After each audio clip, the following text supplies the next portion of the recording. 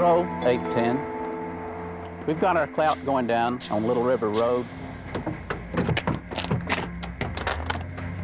It's a white male, blue jeans, light blue shirt.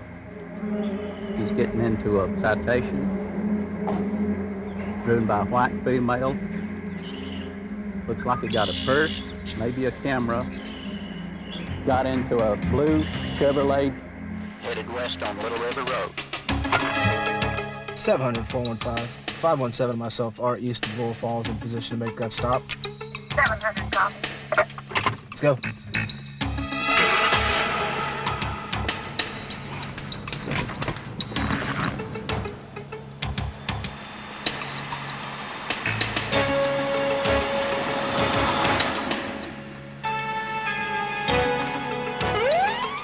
Another bust, another arrest, and 2 more criminals will end up behind bars, all as a result of an effective surveillance operation. We all know that an organized, well-planned surveillance can be vital to the success of any law enforcement effort. Over the years, the information gained through surveillance has resulted in the apprehension, arrest, and conviction of thousands of criminals all over the country. And although each surveillance has a unique strategy and may employ different techniques and procedures, they all revolve around one fundamental principle: to remain unseen, to blend into the environment, to gather information without your subject knowing you're there. Now, in an urban area with its busy thoroughfares, tall buildings, secluded alleyways, and crowded sidewalks, it can be relatively easy to become part of the background. But what if you're out here in the open or in the forest? What do you do to blend into the background out here? And what techniques do you employ to gather the information you need? Those are the fundamentals of rural surveillance, and that's what we're going to be talking about during this program.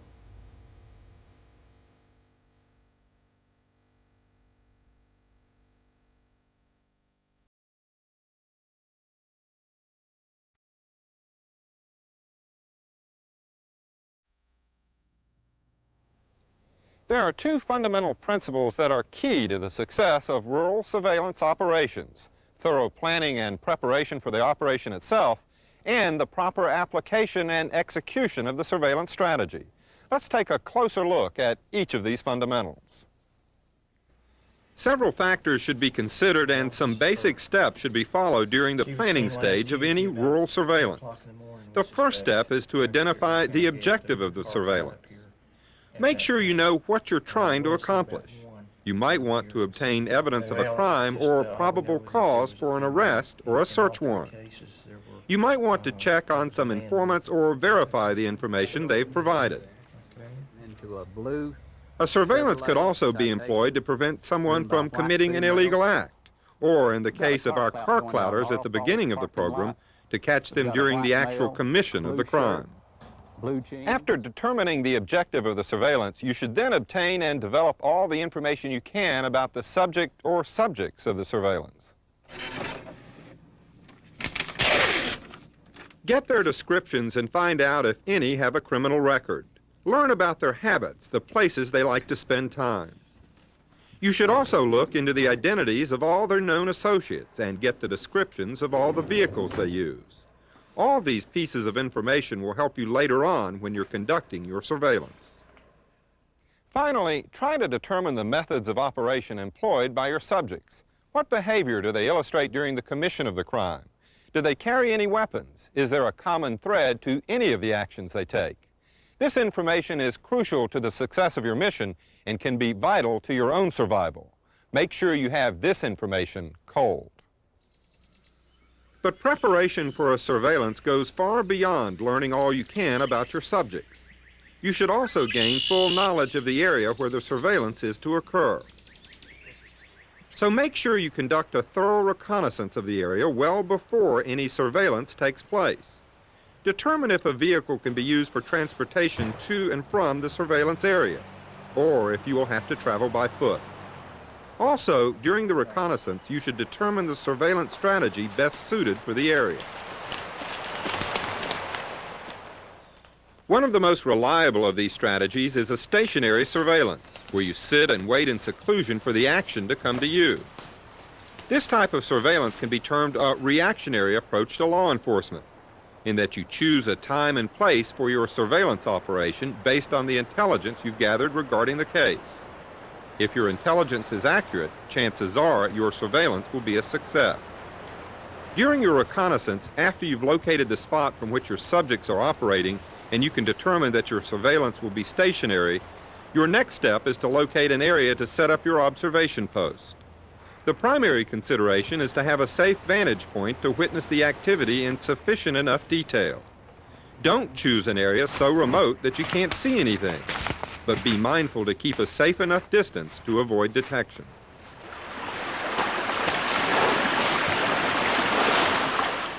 With these factors in mind, determine the areas that will allow a thorough surveillance during your reconnaissance, and then choose the most fitting of those areas for your observation post. Look for things such as adequate ground cover and vegetation. Areas that are slightly lower than the normal elevation may also help you hide yourself. Make sure that you locate well below the horizon. You also want to ensure that there's a safe way into and out of the observation post. Determine when the best times are to enter and exit. If the surveillance is to be conducted over a period long enough to make shift work necessary, you want to make sure your comings and goings can be made in relative seclusion. Looks good, Doug. Let's go ahead and set up. It's important to be realistic when determining whether there's a safe way in and out of the area. You don't want to be burned because of your own movements back and forth. Now, it may be possible to switch shifts between the hours of darkness, but you should plan for an extended stay by a single team of surveillance. During your reconnaissance, you should determine the kinds of equipment that will be appropriate for the mission. Along with communication and information gathering considerations, you should also determine the clothing and types of camouflage that will be required. If the stay is to be a long one, properly prepared food and containers of water may also be necessary. For nighttime operations, specialized equipment is almost always a necessity. Night vision glasses can not only help the human eye, but can also be fitted to recording equipment such as video cameras. So if your operation is to be run at night, make sure you carry this type of equipment.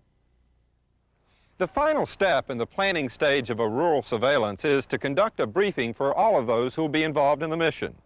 Everything about the surveillance should be covered thoroughly so that all the participants fully understand their responsibilities.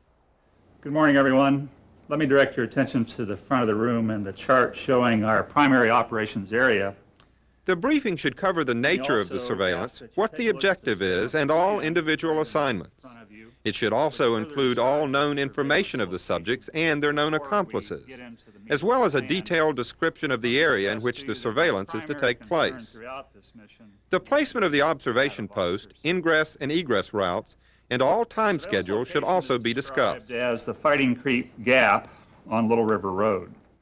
In addition, equipment, supplies, and clothing requirements and limitations should be understood by all participating officers.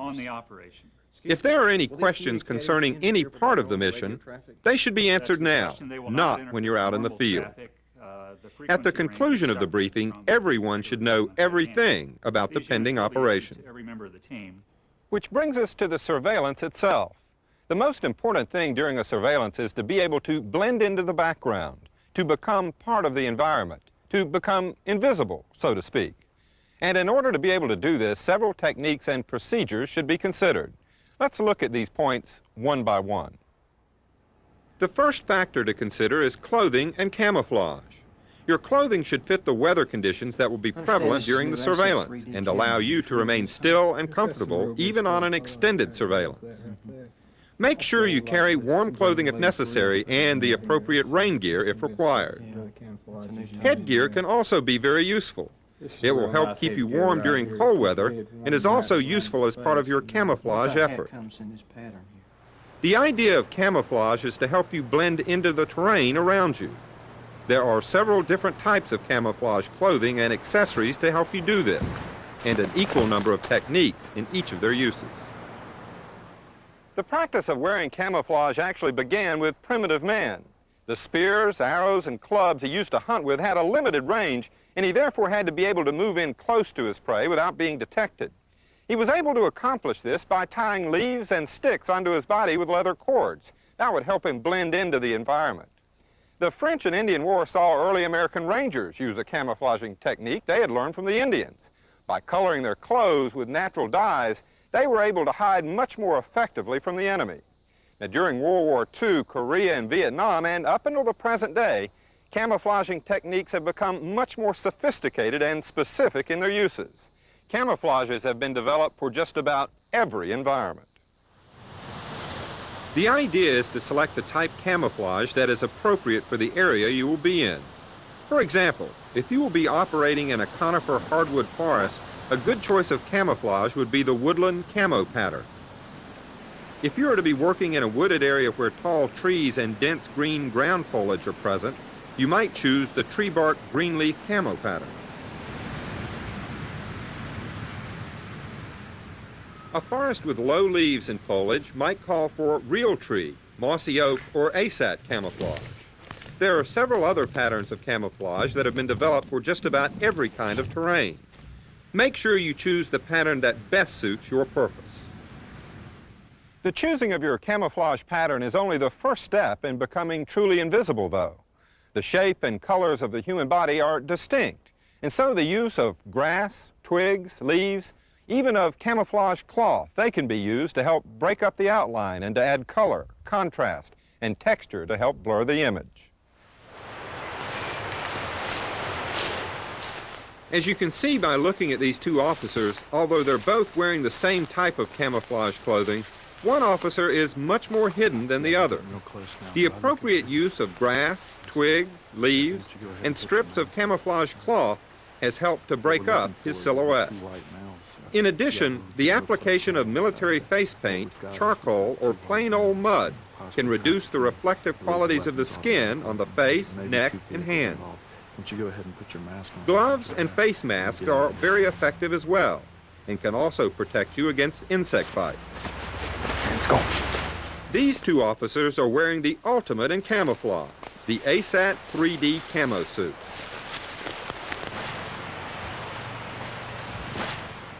If camouflage clothing is not available, try to match your surroundings with the color of your clothing. Avoid single colors.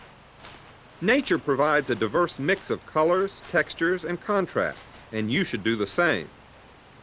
Just as before, you should employ various types of leaves, sticks, and twigs to help break up your image.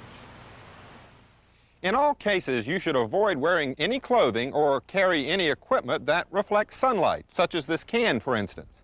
Remember that the only natural thing in a forested area that reflects light is water. So if you reflect light in any way, you'll be setting yourself apart. As you can see by these two officers, although both are otherwise extremely well camouflaged, the reflection from one officer's watch brings your eye right to him. Other objects that are reflective by nature should also be avoided. Keep away from bright service patches, belt buckles, metal canteens, and mess kits. Fast food wrappers or soda cans should also be avoided, along with reflective food packets. The use of some equipment, however, no matter what problems it causes with your camouflaging effort, is a necessity when it comes to safely gaining the information you need. Items such as food, sunglasses, radios, binoculars, and weaponry are very useful in what they can do for you. But you should choose the equipment you need with restraint on a case-by-case basis, depending on the requirements of the surveillance. Take only what you absolutely need. All the equipment and techniques we've discussed so far here today are designed to help you gather the information you need while keeping you hidden from sight. But in order to effectively blend into the surrounding terrain, you must also remain hidden from other human senses as well. Avoid any odor-producing products, such as deodorant, cologne, and hairspray. Insect repellent should be of the non-scented variety. And don't bring any foods or beverages with you that have a distinctive odor. Coffee, for example, has a very strong aroma and can be detected from long distances. The art of camouflage also includes the ability to remain silent. Try to avoid coughing and sneezing and keep your movements to a minimum. Also, keep in mind that the human voice carries long distances out in the open. When it's possible, try to communicate with hand signals. But if you must talk, do so only in whispers. Communication is a major factor in any type of surveillance. Al, you've got 4 subjects headed your way.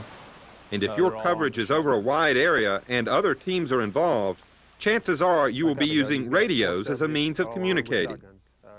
There are several points to consider if you intend to use radios during a surveillance. First, make sure the position of your observation post allows for the use of radios. If communications are vital and the radios are not operating in your present position, you may have to change the position of one or more of your officers. Let's go find another location. All right. If possible, use voice-activated communication systems. They keep your hands free for other things. You should also use earphones for all radio communications. This will eliminate the distinctive noise of radio chatter, which, if heard, will burn your surveillance. Always carry a spare radio or extra batteries. Once you're settled in at the observation post, having to have a replacement brought in may be unnecessarily risky. In addition, keep your radio equipment protected from the elements and make frequent radio checks to ensure proper operation. Radio check. If your surveillance is to be conducted over a long period of time, there will be some necessary movement in and out of the observation post. Now, we've already talked about choosing safe routes in and out of the area. We should also touch on some of the techniques that will make your movements even safer. Doug, I'm going to go scout around the other side. Okay, I'll be careful. When moving in or out of the observation post, or anywhere in the area for that matter, the primary rule to follow is to move slowly. Any erratic movement could catch someone's eye or cause some loud complaints from the resident wildlife. Either way, you've brought attention to yourself. You should stop frequently, not only to give yourself a chance to check your surroundings, but also to reduce the risk of drawing attention to yourself. Keep an eye out for booby traps, and be prepared for confrontations with wild animals or dogs. Stay in shaded areas during your movements, and take advantage of low areas and depressions. If at all possible, stay within the tree line. Place your feet carefully as you walk, avoiding dead branches or twigs, or any soft ground which may leave footprints. It's a yellow lady slipper. My friend saw And if one someone in this should area. appear, She told me. take a lesson from the animals in the wild and freeze immediately. Yeah. If you've prepared your camouflage properly and are absolutely still, there's a good chance you won't even be seen. And that's the lesson of this entire program. You can remain hidden from your subject's eyes, his ears, and his nose, so that on another day you can return to the same area. Now, by following the common sense guidelines we've discussed here today, you can blend into the terrain, become an integral part of the natural landscape, and conduct your surveillance operation with safety and effectiveness. The elements of this safety and effectiveness are a good overall strategy, comprehensive planning and preparation, a thorough reconnaissance of the area, and effective use of proven camouflaging techniques. If you're diligent in your execution of these elements, your rural surveillance operation will be a success. 700 415. 700 copy. We have 2 individuals in custody. We also have the stolen articles out of the vehicle. We'll be en route to the jail. 700 copy. Good job, surveillance team. Copy.